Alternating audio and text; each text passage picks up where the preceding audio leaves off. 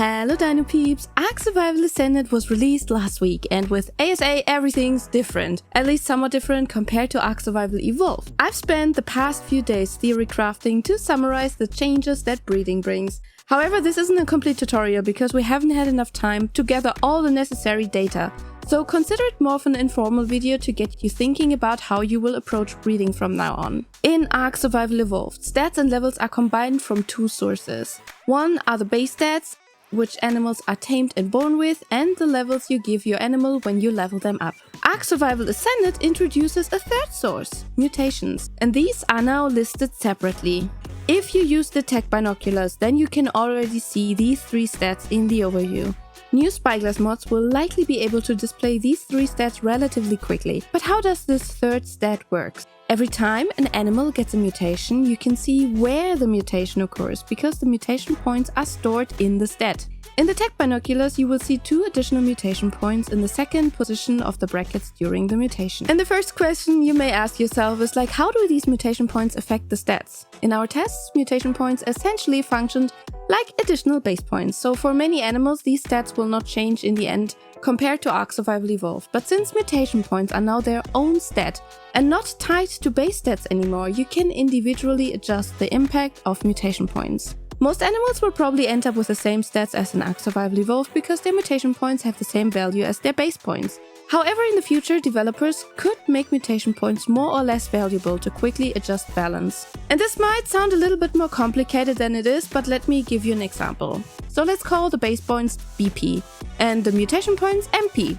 Previously, BP and MP had the same value, but now if MP is suddenly worth twice the BP, each mutation would provide a double boost. Alternatively, if MP is only worth half a BP, the boost of the mutation would be halved. And now you might be wondering how this new mutation setting will affect our existing breeding systems. It will have a significant impact because mutations are tracked on the stat they mutate, which means they can be inherited independently of their stat. And I repeat this again. They can be inherited independently of their stat. And these are probably the biggest news with this change. So you can start mutating creatures right now on any level. For example, you can collect mutations on melee damage, and then let's say in 2 weeks you will find a creature with an extremely high melee damage stat. Instead of starting from scratch, you can now make your creature with the mutation stack with the one with the high melee damage, and with a bit of luck you will get the creature with the new melee damage stat with the additional melee mutations. This means you do not have to gather the best stats before you start mutating, and you do not have to worry about even and odd numbers at all, because the base stats stay the same. But it also means that a creature's stats are no longer the most valuable aspect, it is its mutation stack that they can potentially pass on. And this simplifies breeding organization for breeders and helps you to improve your creatures in 2 ways, finding a better base level and increasing your mutation stack. Taming creatures after you already started mutation stacking is now still relevant. What I cannot provide in this video are details on how breeding probabilities have changed, because as the game is currently too unstable to handle more than 50 dodos on breeding. But at least you now have an overview over the most important changes in breeding and the information to start mutating now. Don't wait until you have the perfect stats. A tutorial will of course follow once we've gathered more data.